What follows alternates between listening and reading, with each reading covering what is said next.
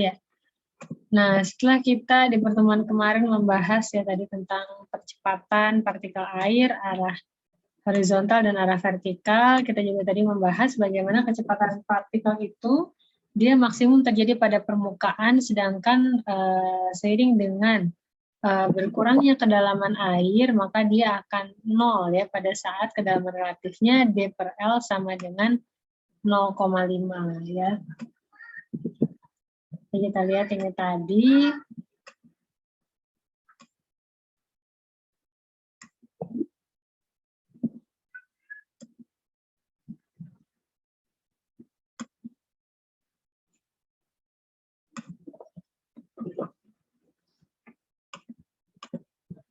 Kita lihat ini tadi, kalau yang laut dangkal seperti ini, dia nggak sampai habis, kecepatan partikel di dasar itu masih ada. Sedangkan kalau yang D per L-nya itu dia di intermediate water atau di pertengahan, dia sudah semakin mengecil sebetulnya kecepatan partikel airnya, tapi tetap tidak sampai 0 ya. Sedangkan kalau untuk yang D per L-nya dia lebih dari setengah, kecepatan partikel airnya itu akan habis pada batas ketika D per L itu sampai dengan setengah. Sehingga setelah itu dia kecepatan partikelnya bisa dibilang itu sangat-sangat kecil. Nah, selanjutnya kita lihat tentang kecepatan kelompok gelombang. Kecepatan atau kelompok gelombang atau C group ya di sini.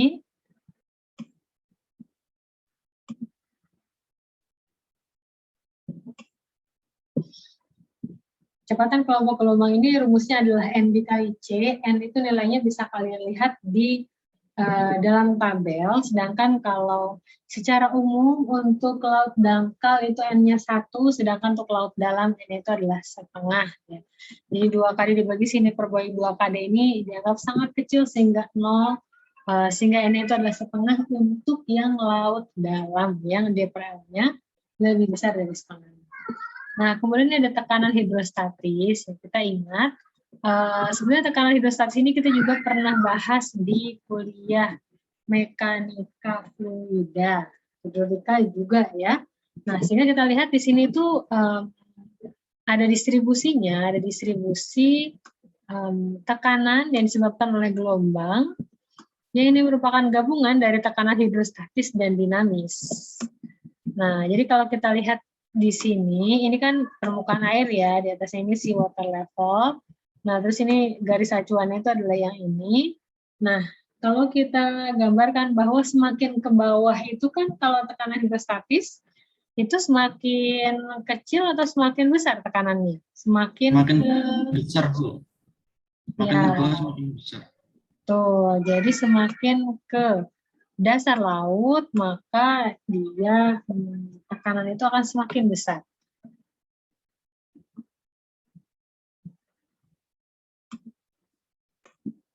Nah, yang bentuknya segitiga persis ya, nggak ada belok-beloknya, itu yang warna biru di sini, sehingga dia ini rumus tekanan gelombang untuk yang tekanan hidrostatis itu adalah Rho dikali G dikali Y. Atau kita kan biasanya menghafal Rho GH gitu aja ya. Itu ada tekanan hidrostatis. Nah, tekanan hidrostatis yang di laut itu juga sama, Rho GY. Ini dikali minus saja ya. Artinya, ya maksudnya karena dia negatif hanya perhitungannya, tapi sebetulnya jumlahnya kan sama ya, Rho GY besarannya. Nah, setelah itu ada tekanan yang dinamis. Nah, tekanan dinamisnya itu adalah yang mana? Yaitu yang disebabkan oleh pergerakan partikel airnya. Sehingga apa? Sehingga nanti rumusnya itu dia ada cos hiperbolik, sin hiperbolik, dan cos seperti ini. Nah, ini miriplah seperti rumus yang kemarin ya, ada zeta, ada epsilon, ya, ada AV juga. Semuanya ada bagian hiperboliknya, lalu ada bagian yang non hiperbolik gitu ya. Ini adalah tekanan dinamis.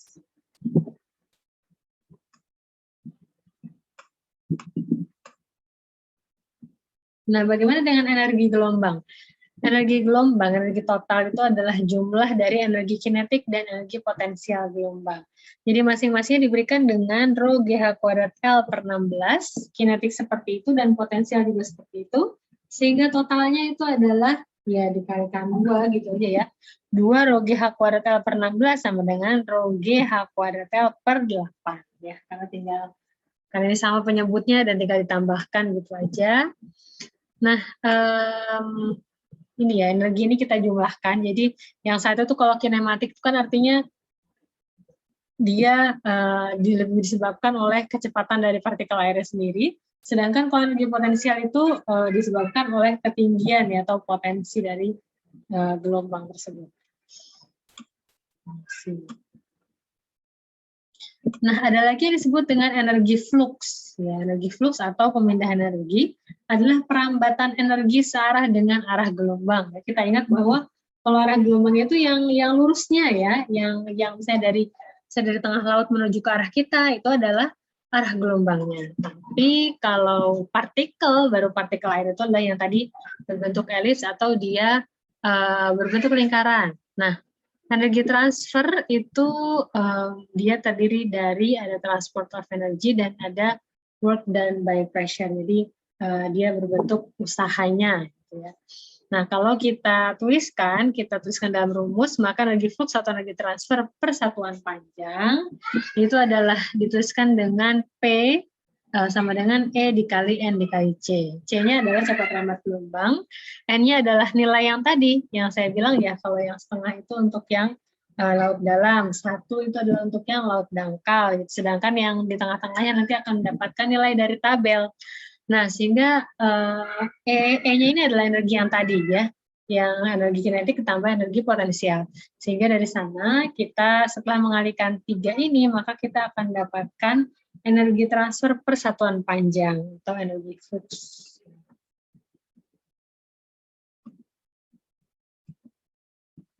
Nah, kita sekarang masuk ke contoh soal. Nah, silakan kalian bisa coba ini seperti apa nih cara mengerjakannya, karena sebetulnya untuk dasarnya itu sudah kita bahas di pertemuan sebelumnya. Kita sudah pernah mencari berapakah panjang gelombang dengan kedalaman tertentu. Nah, sambil mengingat lagi akan saya bahas di sini ya, karena nah, kita coba pembahasan contoh soal di sini. Suatu gelombang dengan periode T sama dengan 8 detik. Jadi kita tuliskan dulu saja apa yang diketahui. T sama dengan 8 detik.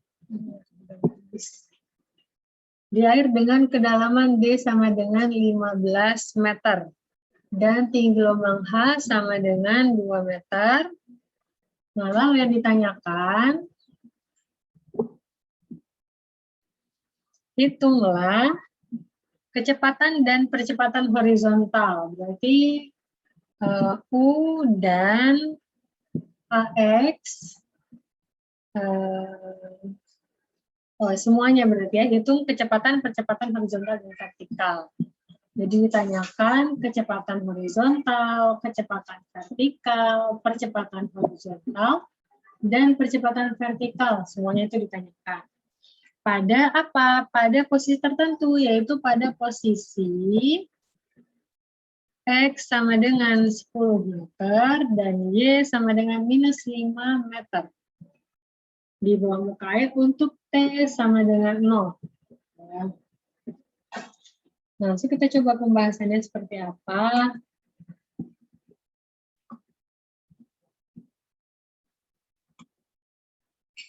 Saya tunjukkan begini aja. Nah, yang pertama kita lakukan, seperti yang kita sudah kerjakan kemarin, adalah kita menentukan dulu berapakah panjang gelombang di laut dalam. Ya, jadi apa simbolnya nih? Kalau panjang gelombang di laut dalam.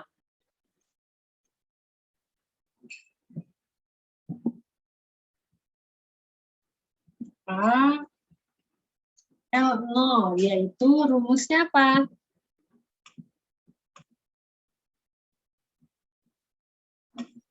(1,56 T kuadrat). Betul, jadi 1,56 T kuadrat. 1,56 T kuadrat. Kenapa? Karena memang sudah ada rumusnya ya, kita karena ini kan asalnya dari GT kuadrat per 2Pi ya. Sehingga G dan 2Pi ini sudah bisa kita duluan ada 1,56. Tinggal kita substitusikan T kuadratnya aja ya. Berarti 1,56 dikali 8 kuadrat, maka kita akan mendapat hasil 99,84 meter. Nah, ini adalah panjang gelombang di laut dalam. Nah, sekarang apa yang perlu kita lakukan? Nah, berarti dari L0 kita cari dulu D per L0. D per L0 15 dibagi 99,84 sama dengan 0,1502.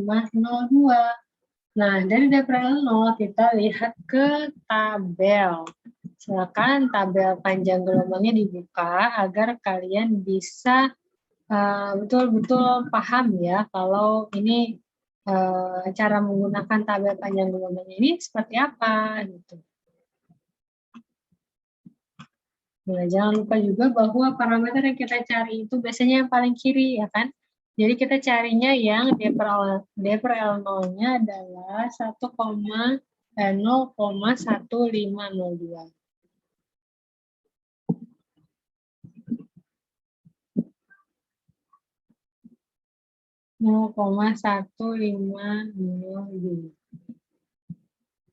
Nah, artinya yang sedang kita cari itu sebetulnya ada di sebelah sini.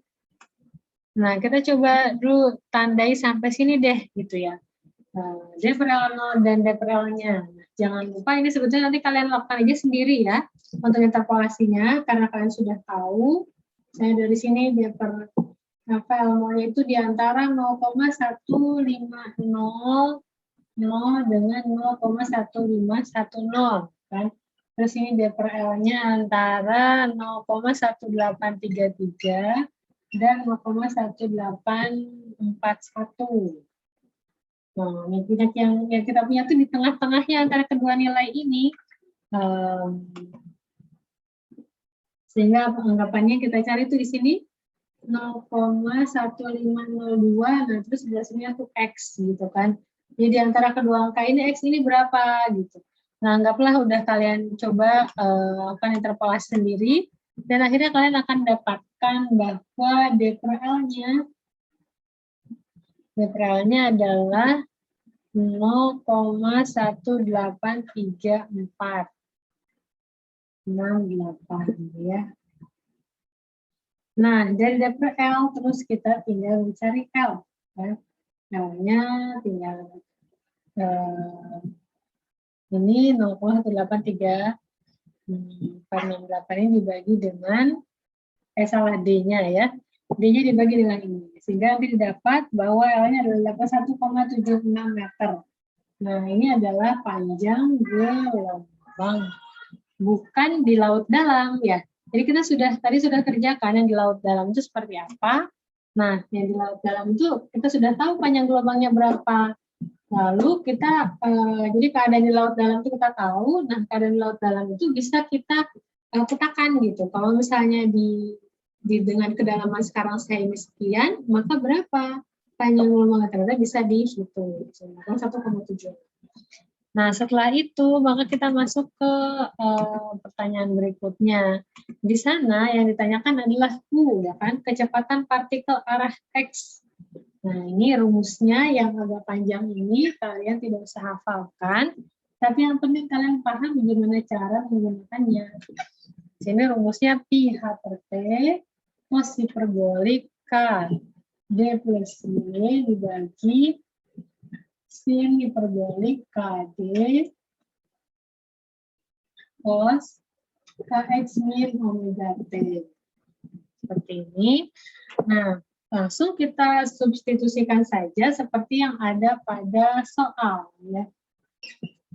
Pi-nya Pi aja, terus hanya 2, T-nya 8. Nah, terus cos hiperbolik K. K itu apa? 2pi per L. Kan? Nah, berarti ini di sini betul di kurung besar dulu, 2pi per L, L-nya 81,76 dikali D plus Y. D-nya berapa? 15, sudah diketahui. Nah, Y-nya min 5, ya kan? Berarti 15 dikurangi 5. Gitu. Jadi si hiperbolik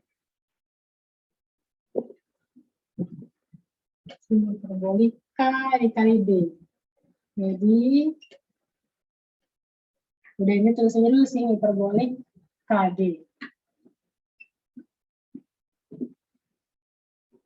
Nah, di sini cos KX, K-nya adalah 2pi per 81,76. 2pi per L, setelah itu dikali dengan X. X-nya di sini ketahui 10 ya. 10 dikurangi omega. Omega itu apa? 2pi per T. T-nya adalah 8. Ini masih kelihatan ya.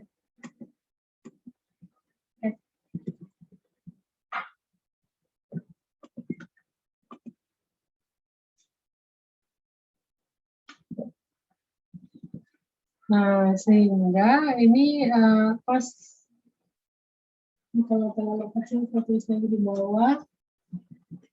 Ya, tulisan agak besar aja, cos 2pi per 81,76 dikali X-nya 10 dikurangi omega itu 2pi per T.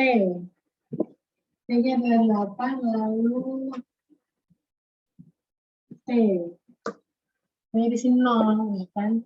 Nah, maksudnya kalau ini yang K, ini kan K itu kan 2pi per L, ya kan?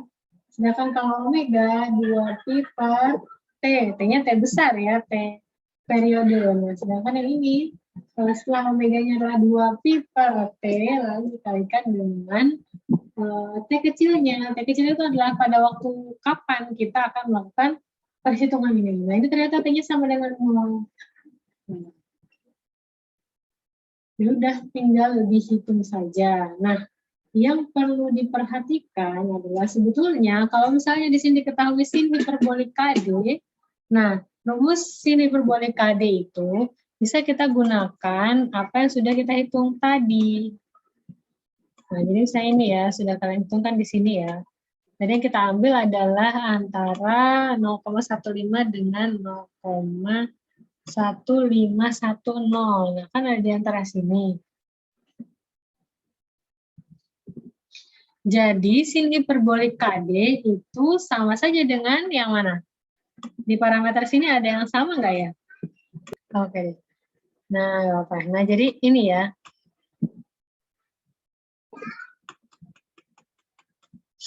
Nah, jadi gini, tadi kita kan sedang menghitung yang sudut ya.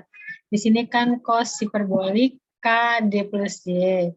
Nah, kita hitung dulu yang ada di dalam cos hiperboliknya. Karena kalau yang tadi sin hiperbolik KD kan sudah langsung ada ya nilainya. Di tabel kita bisa pakai interpolasi. Atau kalian mau hitung sendiri juga boleh.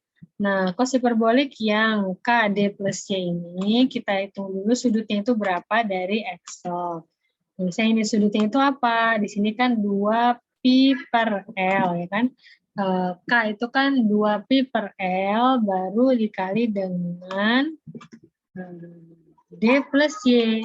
Nah, D-nya itu berapa tadi soal 15, lalu Y-nya adalah minus 5, sehingga 15 kurangi 5. Nah, baru kita hitung ternyata sudut yang di dalamnya ini adalah 0,76849. Nah, sehingga kalau kita hitung cos hiperboliknya, dia itu adalah sama dengan cos hiperbolik yang ini adalah 1,31. Nah, ini kalau kalian itu menuliskan seperti ini, langsung biasanya kalau di Excel ini dalam bentuk radian. Ya, jadi dalam bentuk radian. Kalau dalam bentuk derajat itu seperti apa? Nah, kita lihat di sini. Ini ada salah satu yang dia tuliskan dalam bentuk derajat. Nanti yang setelah ini ya. Nah, ini kalau yang ini tadi lanjutannya tinggal dikerjakan saja.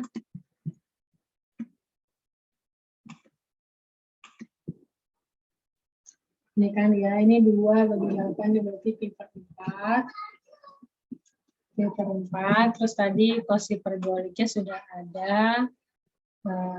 Makanya cos hiperbolik 0,76881,3101 dibagi sini hiperbolik KD-nya. Sini hiperbolik 1,1527, ini 1,4255. Nah, lalu cosnya. Cosnya kalau misalnya kita akan hitung seperti tadi, maka kita tinggal tulis juga cos, karena kita sekarang mau hitung cos kx min omega t, gitu ya. Nah, sudutnya kita hitung dulu, misalnya ini sama dengan kx kan ya. Kx itu 2pi per L kan, 2pi per L-nya itu adalah 1,76. Terus dikali dengan X-nya berapa? X-nya 10 min omega T. Omega-nya berapa? 2pi per T. T-nya itu T besarnya adalah 8 detik ya, periode. Baru dikali dengan T kecilnya. Oh, ternyata 0. Ya. Nah, jadi ternyata adalah cos 0. Cos 0 adalah 1.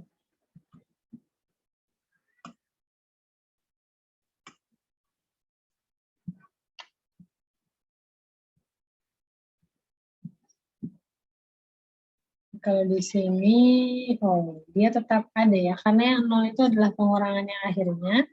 Jadi harusnya yang 2pi ini, oh iya, yang sebelah akhirnya ini memang adalah 0, tapi yang sebelumnya ini ada, berarti cos 0,768 ya.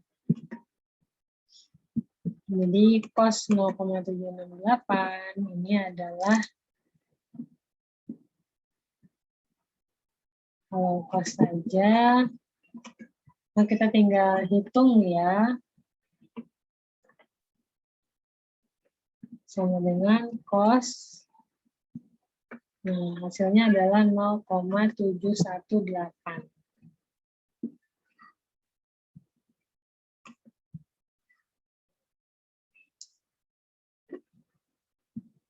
Cos tadi berapa tadi? Cos 0,76849. Ini kalian bisa samakan, misalnya semuanya 4 angka di belakang sama, oke, dikonsistenkan ya. 0,7685 misalnya gitu. Nah, nanti berarti ini tinggal dikalikan saja. Berarti tadi U-nya sama dengan berapa? Sama dengan pi per 4 dikali 1, sama dengan pi per 4 dikali cos hiperboliknya ini dibagi dengan 1,4255. Ini nanti bisa dihitung sendiri. Lalu dikali dengan cos ini.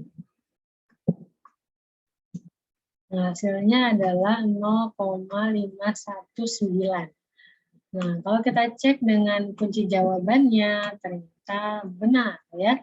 Jadi hasilnya adalah 0,5189 atau 0,519 meter per detik ya. Ini adalah hasil dari U, yaitu cepat rambat gelombang pada arah horizontal. Nah, yang menarik adalah di sini kalau kita perhatikan, maka ada tulisan di sini bahwa cosnya ini adalah cos 44,03 derajat ya. Nah, padahal kita dari tadi menghitung itu dengan satuan dengan satuan radian, ya kan? Nah, gimana sih caranya kita untuk mencari tahu atau untuk menghitung kalau misalnya mengubah dari radian ke derajat atau derajat ke radian itu seperti apa? Nah, caranya itu adalah tinggal konversi saja ya. Misalnya tadi nih, katanya kok cos-nya itu adalah cos 0,7684 ya. Padahal di sini cos-nya itu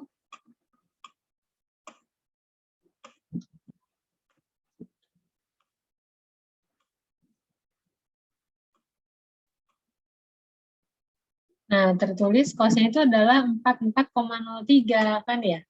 Nah, terus gimana gitu. Ya udah, kita tinggal coba konversi, benar nggak sih? Kalau cos yang berapa ini 0,768 ini sama nggak dengan 44? Gitu.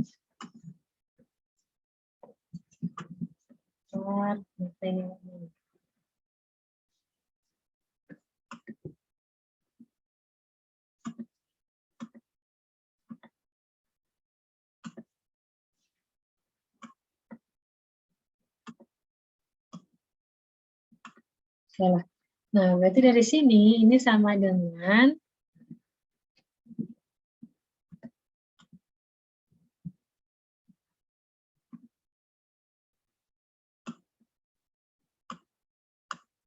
ya,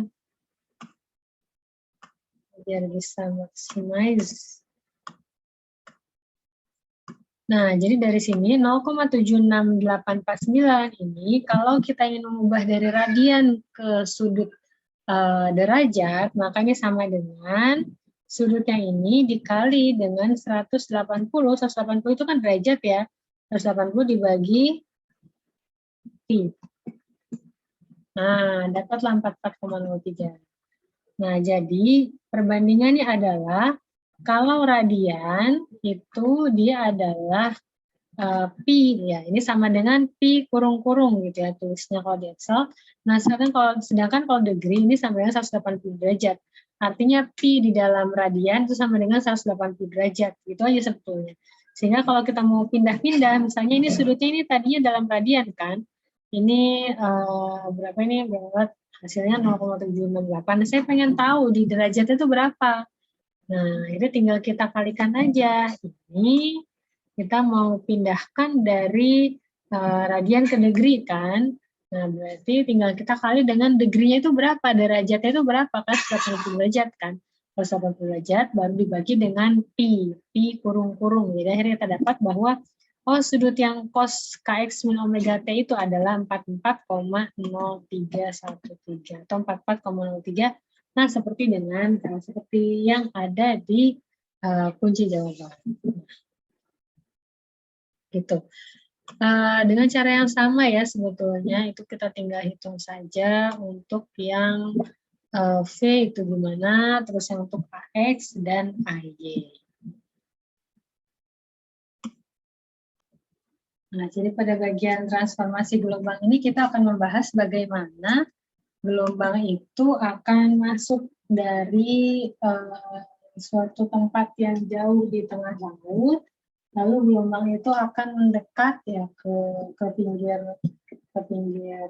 pantai, terus sampai akhirnya nanti masuk ke arah daratan. Nah, dia itu akan berubah keadaannya. Misalnya yang pertama yang akan kita bahas ini adalah tentang shoaling. Shoaling itu adalah pendangkalan. Jadi pendangkalan itu adalah ketika gelombang itu dari tempat yang jauh di tengah laut, lalu dia semakin ke dalam, semakin ke pantai, dia akan menemukan bahwa dasar laut itu semakin dangkal. Nah, dengan dasar laut yang semakin dangkal, maka semakin banyak interaksi antara gelombang dengan dasar laut itu, sehingga gelombang yang tadinya itu cepat merambatnya, dia akan menjadi semakin lambat. Ya. Jadi gelombang yang tadinya itu cepat rambatnya itu tinggi ya, C-nya itu tinggi, lalu C-nya jadi menurun. Jadi lambat. Lalu tinggi gelombang yang tadi itu rendah, Terus semakin ke pinggir laut, maka dia tinggi gelombangnya jadi semakin tinggi. Gitu. Kenapa bisa begitu? Karena dia ada kekekalan energi ya, kekekalan energi atau ya ketika misalnya di sini di tengah laut itu adalah dia memiliki energi yang tinggi dengan kecepatan yang tinggi. Nah, ketika dia ke pinggir laut, maka energi itu akan berubah ya, energi itu akan berpindah dari yang tadinya dia tinggi pada kecepatannya, kecepatan yang lambat, berarti harus ada yang tinggi. Nah, yang meninggi ini adalah tinggi gelombangnya.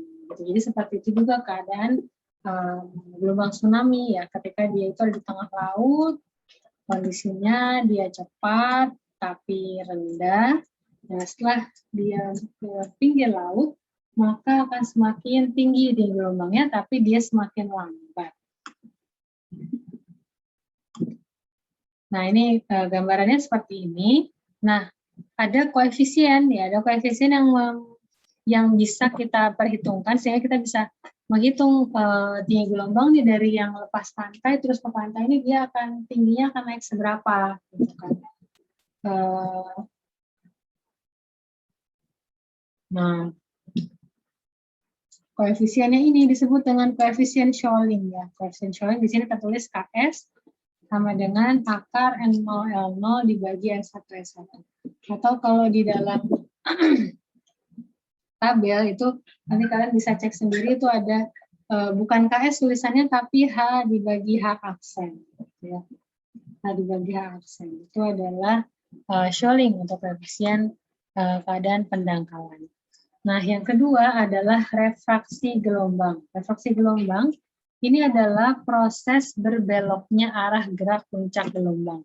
Jadi sebetulnya sama, hampir sama dengan Scholling tadi.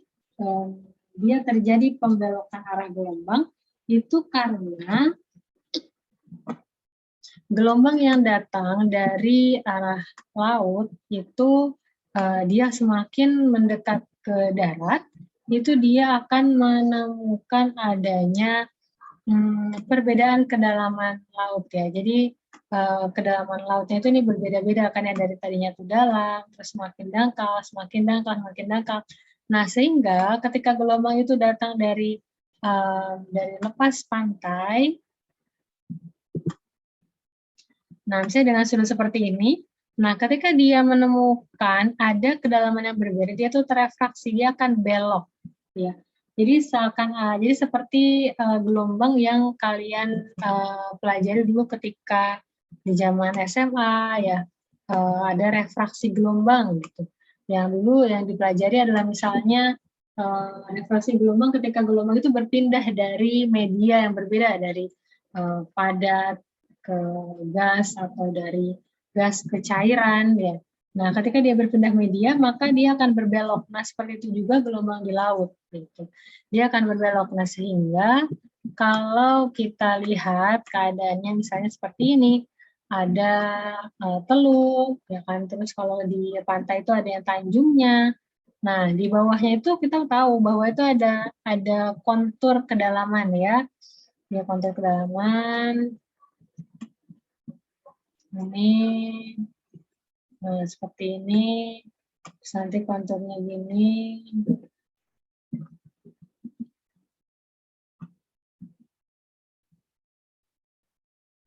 Nah, kan gitu ya. Nah, dengan kontur kedalaman yang seperti itu ya, mirip-mirip lah ya. Kira-kira seperti itu, kalian bisa lihat yang warna biru putus-putus ini. Nah, nanti gelombang yang dia itu datang dari laut, maka setiap dia menemukan ada kedalaman yang berbeda, dia tuh akan belok, sehingga nanti akhirnya gelombang-gelombang yang dari lepas pantai, dia akan berkumpul ke daerah Tanjung, gitu ya. Makanya kita lihat ya belok ya ke arah Tanjung. Nah, sedangkan yang bertemu dengan teluk, dia malah akan menyebar, gitu. Nah, ini adalah proses yang diakibatkan oleh refraksi gelombang atau proses pembelokan puncak gelombang disebabkan oleh perbedaan kedalaman.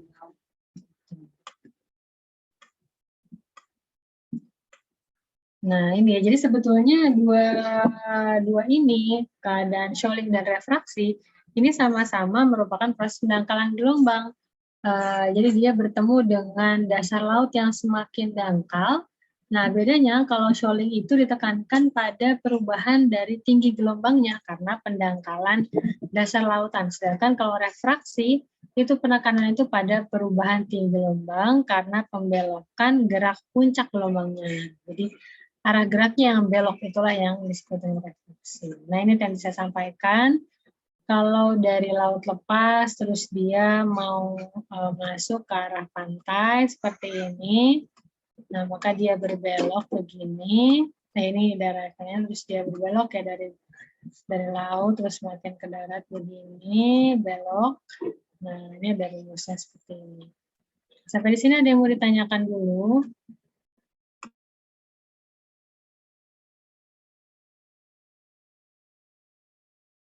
Bu, mau tanya Bu, izin bertanya Bu. Ya, ya Kalau silakan. mengantisipasi tsunami itu sendiri gimana Bu? Oh, Kalau oke. kan ini yang lagi booming kan yang yang akan ada tsunami di Pacitan setinggi 28 meter itu. Nah, ya, betul. Oh, ini pertanyaannya menarik ya. Sebetulnya kayaknya nggak bisa selesai dibahas dalam satu pertemuan sebetulnya. Nah, tapi ini saya singkat saja dulu. Jadi kalau tsunami sebetulnya dia termasuk pada gelombang panjang ya. Jadi kalau kita lihat itu ada satu kuliahnya tersendiri, kuliahnya S2 tentang tsunami. Dan ini juga sebetulnya salah satu materi tentang tsunami transformasi tsunami dari Prof. Subayama. Nah, ada banyak sebetulnya cara-cara kita untuk bukan menahan ya, tapi bagaimana kita melakukan mitigasi ya, membuat pengurangan risiko dari keadaan tsunami. Kalau kita belajar dari apa yang terjadi di Jepang di tahun 2011 itu, 11 Maret 2011, ya kebetulan ya qadarullah memang saya itu waktu itu juga sedang belajar tentang tsunami di Jepang waktu 11 Maret itu dan mengalami kejadian gempanya walaupun bukan di pusat gempanya, bukan di Sendainya itu. Nah, tapi Jepang itu sendiri waktu itu sebetulnya sudah jauh lebih siap daripada Aceh waktu 2004 ya. Karena mereka itu sejak tsunami Aceh 2004 mereka itu sudah membuat banyak struktur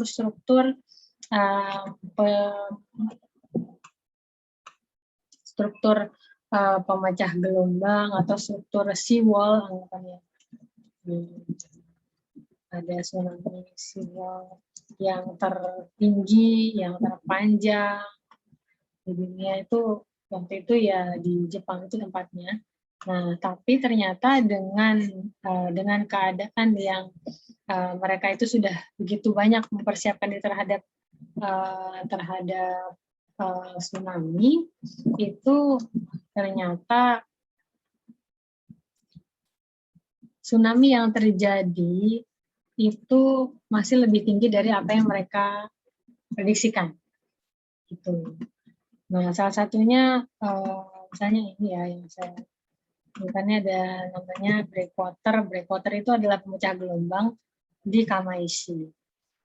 Nah, itu ada breakwater di kanan dan kirinya sebuah teluk ya.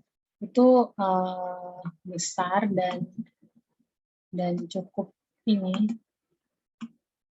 Dan seharusnya sih kalau misalnya tsunami itu masih dalam perkiraan itu bisa menahan ya. Tapi waktu itu tsunami-nya itu menghancurkan 2 breakwater itu.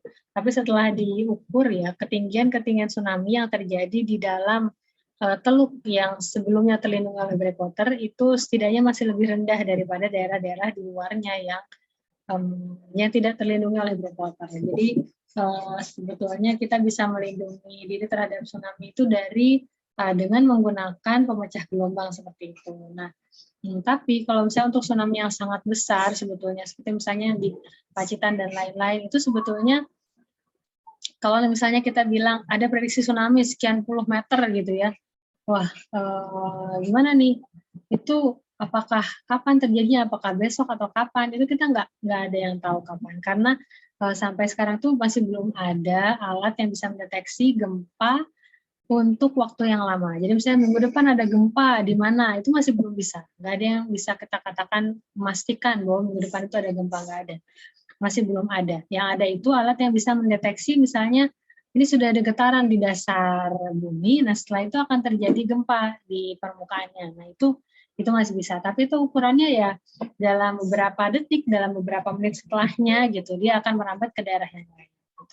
Nah, sehingga salah satu cara yang lain adalah dengan yang sekarang dipopulerkan ya dan sedang diusahakan sebetulnya kalau di Jepang juga sudah mulai dari dulu, itu adalah soft countermeasures dalam artian penanggulangan tsunami, mitigasi tsunami yang berbasis masyarakat, tidak evakuasi, terus edukasi seperti itu, karena untuk tsunami misalnya yang kalau ulangnya 1000 tahun ya seperti yang diprediksikan di Pacitan di selatan Jawa itu sampai berpuluh-puluh meter, itu kemungkinan akan terjadi kita belum tahu kapan, tapi kalau sekalinya terjadi itu pasti akan memakan korban jiwa yang sangat banyak. Sehingga kita perlu mengedukasi masyarakat yang ada di pesisir pantai apa yang terjadi kalau misalnya gempa gitu.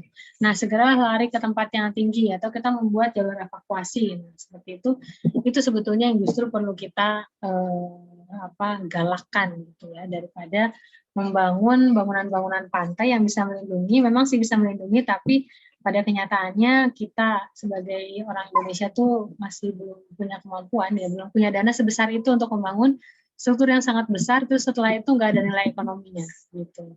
Nah, di Indonesia kita lebih mudah untuk bangun jalan raya, ya kita bangun jalan jembatan yang kalau misalnya udah dibangun nanti ada yang bisa bayarnya sehingga nggak akan rugi gitu ya. Tapi kalau bangunan pantai itu yang lewat itu kan adalah air ya, airnya nggak akan bayar sampai kapan dia nggak akan bayar, sehingga itu harus dari pemerintah gitu. Nah, kita masih belum mampu setinggi itu, sehingga arahnya itu memang lebih banyak, itu lebih perlu adalah untuk membuat edukasi, terus evakuasi, peta jalur evakuasi yang seperti itu untuk masyarakat. Ya, mungkin singkatnya itu ya. Siapa Rizal ya tadi ya? Nanti mungkin kita bisa diskusi lebih jauh. Oke, terima kasih. Sepertinya waktu kita sudah habis ya, karena ini di 9.10 tadi kita mulai sampai 10.50 ya harusnya.